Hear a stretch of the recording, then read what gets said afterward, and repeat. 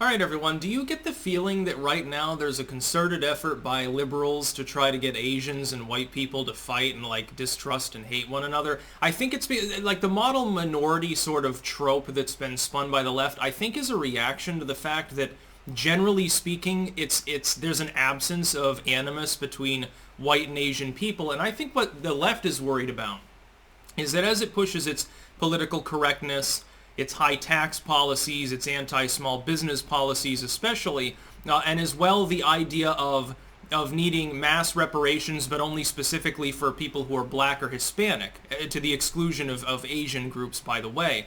I think that they're woefully afraid that people who are white and people of Asian extraction will sort of coalesce into a political bloc, forming a supermajority sort of political front on a quasi-ethnic basis. This is partially for economic reasons. Of course, if you look at people of broadly Asian background, their income is the highest in the United States, especially people from India, because the immigration situation and culture among those that immigrated specifically from the subcontinent typically was from the upper class, people who had skills and stuff, and they figured, well, if I go to the U.S. and start a business, because of the high work ethic that is part of that culture, it's ingrained into many people, it almost precluded lack of success. If you're willing to work very, very hard, you can establish a business, make it work, you gain staying power, and you gain upward mobility. So what happened is a lot of people, they moved from India, they had skills, degree, and so forth, but they couldn't really get a good job there. They came to the United States specifically to work hard, specifically to make money, and by and large found great success doing that. People of broadly East Asian, like Japanese or Korean background, again, a lot of the people immigrating from there, they have high-level degrees, they're going into medicine, law, and things like that. And so what's happened is that the left, which is inherently bigoted and literally cannot exist without identity politics, by the way, I've already analyzed this on multiple levels, because of their fixation on identity politics, the way the left works is it wants to break people apart in order to get a slight majority to agree with them. The problem is that if you amalgamate Hispanics, which are tilting off crazily towards the right wing now compared to the past, partially due to economic concerns, again partially due to pandering to criminals by the left. If you can only count on a vague majority of Hispanics plus a majority of black voters, that's like not even a third of the population. The problem is that in order to enforce their policies, even in the sense of local urban politics, you need more people than that. So what they're afraid of is that the majority of the United States, which would come about politically, would be a block of people who are white, including white Hispanics, plus a majority of Asians. If they lose the Asian voting bloc, the left has been completely crippled for a generation.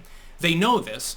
This is part of their long-term Marxist strategy, by the way, and it's a loose strategy. There are different groups with different goals, different grifts, and different vague ideas, but they're all basically they're all part of the same effort, which is to subvert the ability of people to have upward mobility in order to gain more power over them. This is what the left wants. They don't want you to be armed. They don't want you to have a fair vote. They don't want you to have upward mobility. They want you to live in a pod and eat bugs. And the thing is that if you have a strong work and academic culture like you typically have among certain immigrant groups of Asian extraction, simply because of the economic backdrop in which they immigrated, they are very resistant to wanting that. Because the last gen that immigrated, and in many cases it's, people are second gen at mostly, or third generation certainly, and that's a stretch in many cases. Those people don't want to live in a pod. If they wanted to live in a commie block apartment, they would have stayed in India, or they would have stayed where they had come from, because that was the situation that caused them to want to be part of the United States. In many cases, the U.S. falls short. Look, a majority of the people that do immigrate to sort of do the pull yourself up by the bootstraps thing, they don't make it. But as a bloc, by and large, there was still great success, more than the native population among certain Asian blocs. And so Marxists are obsessed with trying to get whites and Asians to think badly of one another. Like they'll say to Asians and stuff like, "Oh, white people, there's a rising animus against you. You've got to do something politically because white people are starting to hate you because of what the Chinese government did."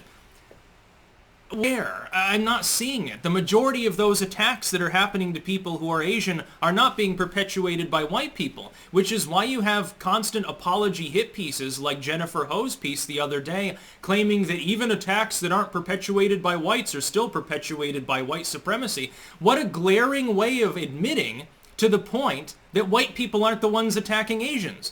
And Asian attacks on whites are scarce as hen's teeth too. There is no animus.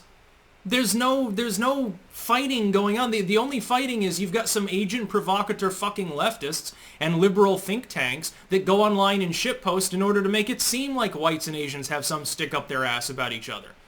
I've never had a stick up my ass. I don't know any other person of white extraction who dislikes Asians. Plenty that dislike the Chinese government for, I don't know, enslaving people, causing a pandemic, and threatening by and large other Asian groups, by the way. By the way, go to Korea and say, well, you're Asian, you're basically Chinese. See what fucking happens. You'll get your block knocked off. Go to China and start talking about how, well, I love this Pan-Asian togetherness because you're so similar to the people of Cambodia. People are going to look like you like you're from Mars or Venus or something. They're not going to know what the fuck you're talking about. It's sort of like here, if you start talking about like pan-whiteness in the sense of Europe, other than the goofballs who have been suckered in by the EU bullshit, oh, well, we're basically one Europe. Other than that, go to Italy and say, well, you're basically Irish. Hey, Norwegian person, you're basically like a Swiss person or a Spaniard or Greek. People think you're nuts. Different language, different geography, different economics, different culture, different everything.